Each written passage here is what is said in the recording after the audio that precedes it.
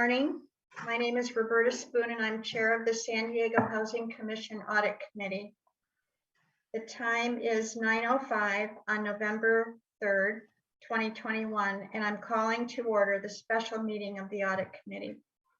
The process we are using for today's meeting is authorized by Government Code Section 54953, subparagraph E, which was added by Assembly Bill 361. This allows the Housing Commission to use teleconferencing and provide the public with an opportunity to address the Audit Committee through a call-in or internet-based option during a proclaimed state of emergency. The San Diego City Council on November 2nd, 2021 declared a continuing state of emergency regarding the COVID-19 pandemic. The Council also determined that the state of emergency continues to directly impact the ability of city boards, commissions, and committees to meet safely in person. This meeting is occurring by video conference, with all committee members, Housing Commission staff, and General Counsel participating by video. Now, for the record, I ask my fellow committee member to indicate your presence as I say your name. Johanna Hester. Present. And I'm the second committee member, and I'm here.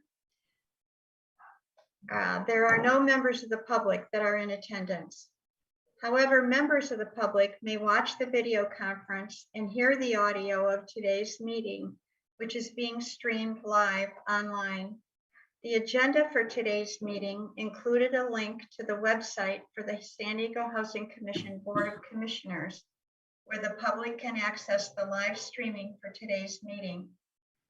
The public has been provided with an alternative opportunity to provide comments to the board through an online comment form and a toll-free number. A link to the online comment form was included on the agenda for today's meeting, which was posted on the San Diego Housing Commission's website at www.sdhc.org, and it was posted there on Wednesday, October 27th, 2021. The agenda and the public comment form explained that comments about items on the agenda will be read into the record if they were submitted by 4 p.m. yesterday, Tuesday, November 2nd, 2021. In addition, members of the public who wish to speak on an item may call the toll-free phone number that is included on the agenda. Members of the public should monitor the meeting through the live video streaming available through the Housing Commission's website. Again, today's agenda includes a link to the website for this audit committee, where the public can access live streaming for today's meeting.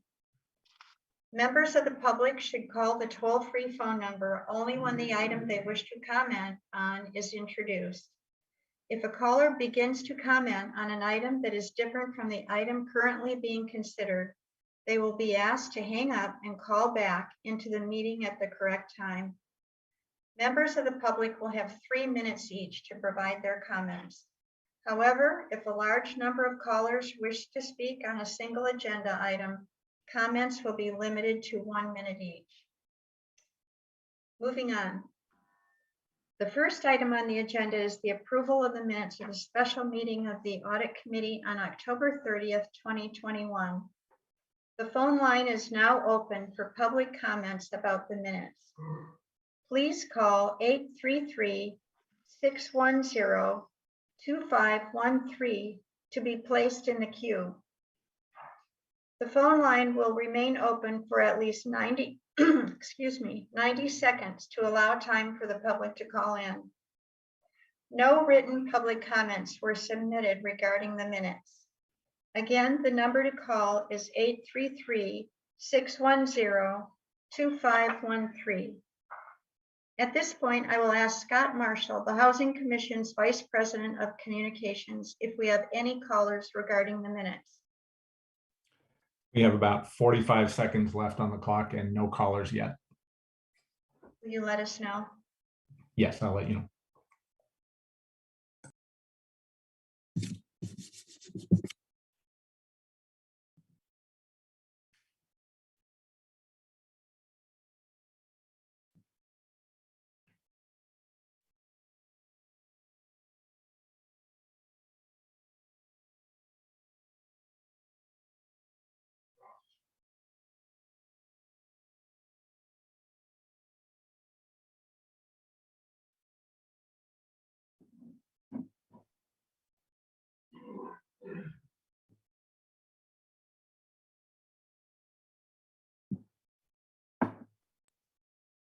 The time has concluded and there are no callers.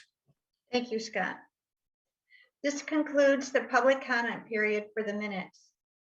Do any committee members wish to make any changes to the minutes, or do I have a motion to accept? So moved, Madam Chair.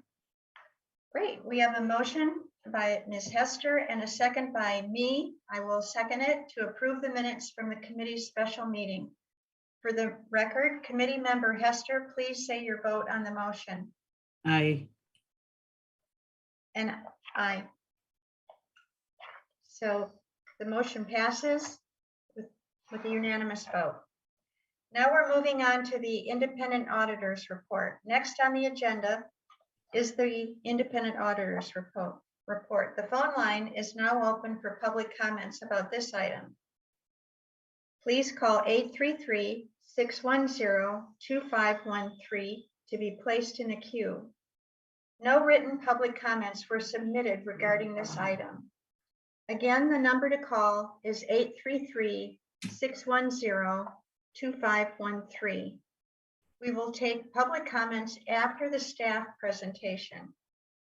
I now ask Chief Financial Officer Tracy McDermott to introduce this item. Take it away, Tracy. Oh, hi, this is, I'll introduce our auditors, Kohn-Resnick, and they will give their independent auditors report. Thank you. Hi. Thank you, Tracy. Good morning, everybody. My name is Amadou Alin Sharbokar, and I'm the engagement partner with Kohn-Resnick LLP for the audit engagement of the San Diego Housing Commission. And I'm here with Jackie Tang, who is the senior manager for the engagement. We prepared a brief summary of the results of the audit, and Jackie will go through the different results. Thank you. Awesome, thanks, Amadou. If you could go back to the previous slide here. As Amadou alluded, my name is Jackie Tang. I'm audit senior manager here at Kohn-Resnick. We just have a small deck here to summarize our audit results. Included in the board package presented is our annual report, or the San Diego Housing Commission's annual report, and the single audit report itself. Across all the different opinion types, from unmodified through disclaimer, we are offering an unmodified opinion. The easiest term to say that's a clean opinion. There are no material weaknesses, no significant deficiencies that we are reporting. I do want to highlight one important caveat here is that this includes a big volume of CARES money that we audited this year. I'm sure Tracy will touch on it. We almost 3 times the volume we audited across, and we're offering a clean opinion on all the programs here. So I do want to give a shout out to the finance team to receive those dollars first and then to administer it. We turned every stone, or all the stones we could here.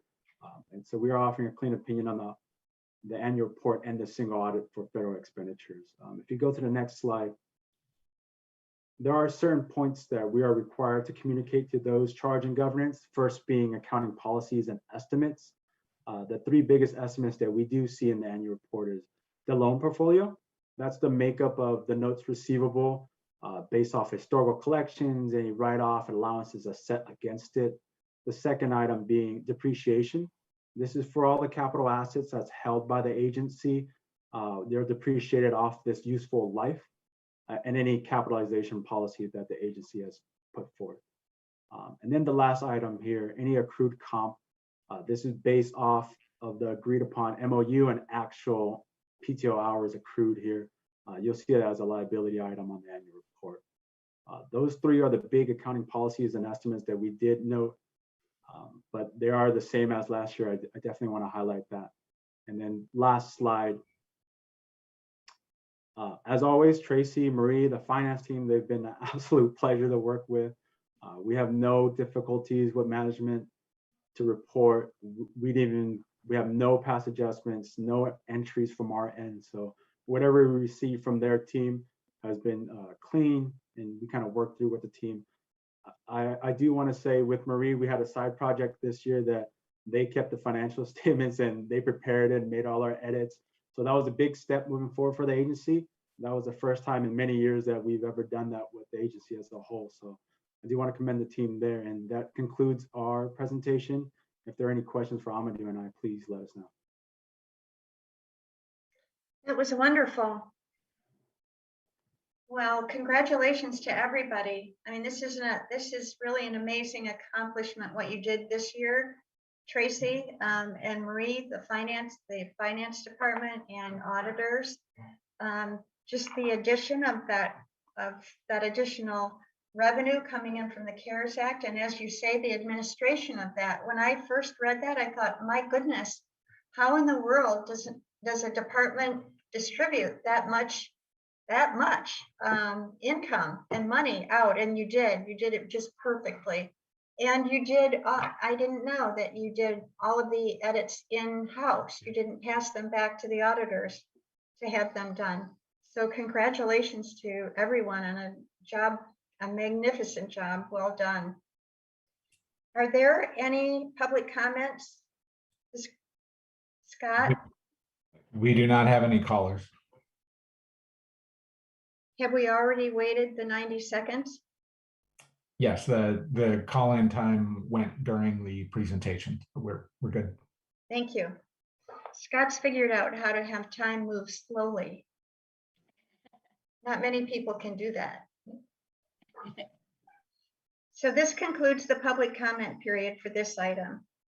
The committee will take action after the next item on the agenda, which is the Chief Financial Officer's summary and report. The phone line is now open for public comments about the Chief Financial Officer's report. Please call 833-610-2513 to be placed in a queue.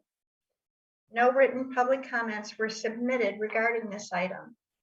Again, the number to call is 833-610-2513. We will take public comments after the staff presentation, and Tracy will be presenting this item. Tracy, please begin when you're ready.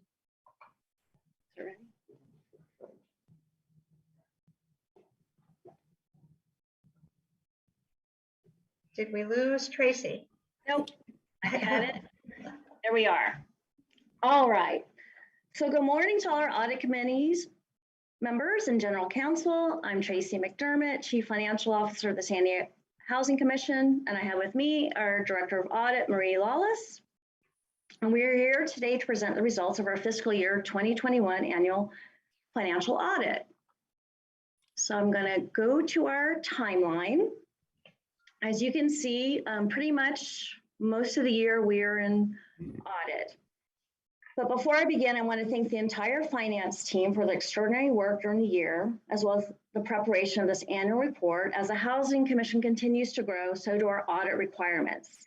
This year we had 5 programmatic audits for the CFA due to the amount of COVID-19 funding received.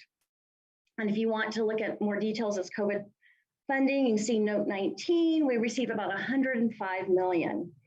And I want an additional shout to Crystal and her team, because the grants team had to do the programmatic audits with Jackie on that. So I invite our whole audit team to this, the Zoom as a tremendous accomplishment, and the entire team is to be commended. Thank you, team. So we'll move on to slide 4. As our Conrad mentioned, an unmodified audit opinion, which is a fantastic feat considering all the additional funding, the additional audit requirements that we had this year. We had no findings on our internal controls. There was a new accounting pronouncement that could have affected how we displayed HTP, and thank goodness that did not affect us. That would have been a huge uplifting. So now let's go on to our summary results. In fiscal year 2021, we received more than $467 million in revenue, and our expenses were approximately $367 million. And our Housing Commission's efforts to address homelessness in San Diego was about $190 million in fiscal year 2021, which also includes the acquisition of the 2 hotels. And the Housing Commission funded close to $29 million in multifamily developments and single-family loans. And also to address the impact of COVID-19, We administered the City of San Diego's Emergency Rental Assistance Program, also known as ERAP, and the Housing Stability Assistance Program, HSAP. And for these COVID-19 programs through June 30th, 2021, we received a combined close to 57 million and expended a combined almost 45 million. And to date, as of yesterday, we've issued over 115 million in the current HSAP program. So staying busy. So on slide 6, let's talk about our revenue by funding type.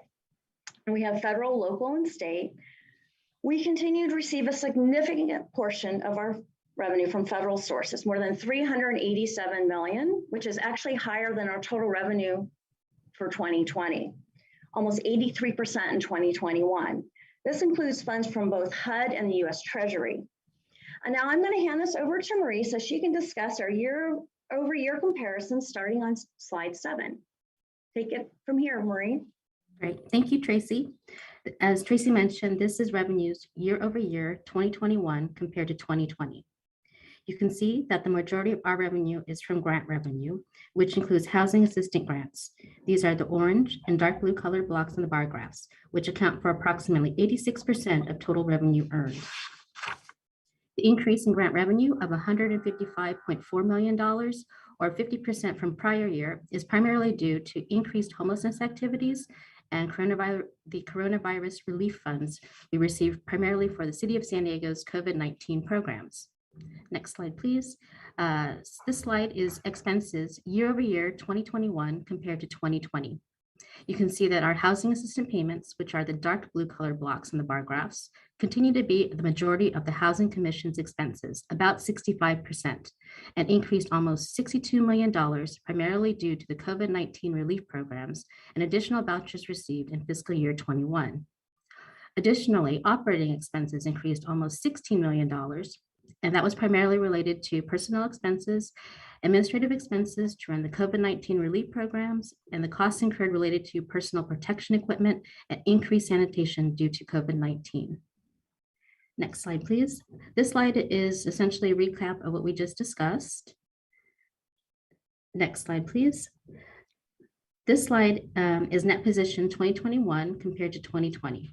The bar graphs depict our assets and liabilities and net position, which is also known as our balance sheet. You can see that our general composition year over year did not really change. However, our total balance sheet is now 1 billion in assets. The top section is our assets, and the increase was over $163 million, which is mainly due to the acquisition of 3 properties, Hillcrest Inn, Kearney Vista, and Valley Vista. Additionally, an increase in loans made and the funding received for COVID-19 relief programs increased our assets as well. Bottom section is our liabilities and net position. Net position is the agency's accumulated net worth since inception. This is the net value of all of the agency's assets if they were liquidated and outstanding debts and obligations were paid. Net position increased more than $133 million, and this was due to the hotel acquisitions and the increase in loans issued, and was offset by debt incurred in order to purchase the properties. Next slide, please. This is essentially a recap of the balance sheet we just discussed, and now I will turn it over to Tracy. Thank you, Marie. So I'm going to talk a little bit more about statement of net position, the definitions as defined by the Government Accounting Standards Board. So first, let's talk about our net investment in capital assets. That's brick and mortar, our properties, cost at acquisition plus building improvements, less depreciation, or any loans outstanding on the assets. Our 2 hotels are a prime example of that. Then we have restricted net position. That's primarily made up of loans receivable that are federally backed. So any loans that we extend to homeowners or developers that are federally backed, like home loans, for example. And that leaves us by default as unrestricted net position as required by GASB accounting definition. And it's for financial reporting purposes only. However, this classification is not indicative that these funds are available for discretionary use. And we can go into that further on slide 13, which breaks out our unrestricted net positions by category. So as you can see, we really don't have any additional funds available for use. We have about $255 million in existing affordable housing loans. $133 million is committed by board resolutions and our 2022 budget obligations. And then we have $13 million set aside in our annual contingency reserve as recommended by the IBA. And finally, we have about $10 million for our property replacement reserves, which are to be used for maintaining our Housing Commission owned properties. And so let's go over a few operational highlights. In addition to providing housing assistance to more than 16,000 families, the Rental Assistance Division provide mobility, counseling, and assistance, and security deposit loans to help families move to communities with more opportunities. And the award-winning Achievement Academy help participants find jobs as well as increase earnings. The Real Estate Division created 815 affordable units through housing partnership developments and 383 affordable units through acquisition of properties, and invested almost $8 million in the rehabilitation of commission-owned properties. Now, the Homeless Housing Innovation Department has created over 9,100 opportunities since November 2014, which is when Housing First San Diego was launched. The Housing Innovation team also supported 138 transitional housing beds and aligned the coordinated outreach program with best practices to strategically engage persons prioritized for housing in the regional coordinated entry system. And now we have a 5-year trend of expenditures in homelessness activities. As you can see in fiscal year 21, we spent $190 million in homeless activities with increases in all programs across the board. And we will continue to concentrate major funding on homelessness. The Housing Commission administered both of the City of San Diego's ERAP and HSAP programs. ERAP ended in December 2020 and almost $14 million in housing assistance payments were made. Our HSAP program is currently ongoing. And through the end of fiscal year 2021, we made more than $24 million housing assistance and other housing cost payments. And as we mentioned earlier, to date, we have expended over $115 million as of yesterday. And these programs have helped over 13,000 San Diegans. And finally, I want to conclude by highlighting that we continue to receive certificates of achievement for excellence in financial reporting, 13 years for the comprehensive annual report and 11 years for the popular annual report. And that concludes my presentation. I would like to thank the audit committee for the support, and I'm available to answer questions. And I think everyone knows this is mine and Marie's last presentation. I've been here 9.5 years. It's weird, we have 10-year trends, and it happens to be I've been here for all 10 years of these audits, and it's weird to see that our net position has doubled, our net investment in capital assets has tripled. And I've been here to see all the great growth of the Housing Commission. And I'm pretty proud of the accounting finance team that we've been able to sustain the growth and produce fantastic results. And I'm proud to say I'm leaving a really fantastic team.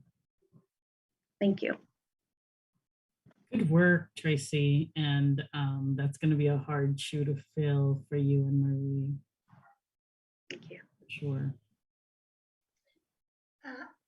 You know, following up on that, I just want number one from the audit committee. I really, really appreciate the work that both you, Tracy, and Marie have done.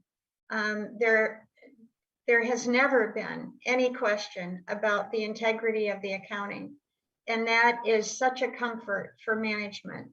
Of all of the issues that management needs to deal with, finance was never one of them. And I know we get accustomed to that, you know, accustomed to having perfect financial integrity and records, and you will both be very difficult to replace. So I just want to thank you from the audit committee for your work over all of these years. It's been amazing what you've been able to accomplish and what you've been able to handle in the way of growth with the Housing Commission and with all of the acquisitions from HDP, the growth in all the audits that you've had to handle over time as we've changed, you know, the procedures, and you've done all that with very little growth in staff. So I just cannot thank you enough, both from the audit committee perspective and personally. You have been a pleasure to work with. Thank you. And we all, I mean, we're all accountants. We know that accountants can get pretty testy when things are, when there's a lot of work, and you have always handled it professionally and with grace. So I thank you both, and you will be missed. Thank you. You will be missed. So this, we'll take public comment now. Are there, Scott, do we have any callers? We don't have any callers on this either. Thank you. So that concludes the public comment period, and we, Ms. Hester, do you have any other comments to make at this point? I do not, thank you. Okay, great. All right, so we need a motion from the committee to recommend to the board the annual audit comprehensive financial report and the single audit reports. Ms. So Hester? moved, Madam Chair. And I'll second it. And so now we need to vote. Ms. Hester, how do you vote? Aye. And I vote aye. So the motion carries unanimously. And that concludes today's special meeting. The time is 9:32. And again, I thank you both, and I wish you well in your endeavors in the future. Thank you. We appreciate all of your support. Couldn't have done it without you either. Oh, I'm sure you could, but I was very happy to be with you on the ride over the last 10 years. So thank you. Thank you so much. Bye, everybody. Thank Bye. you. Bye.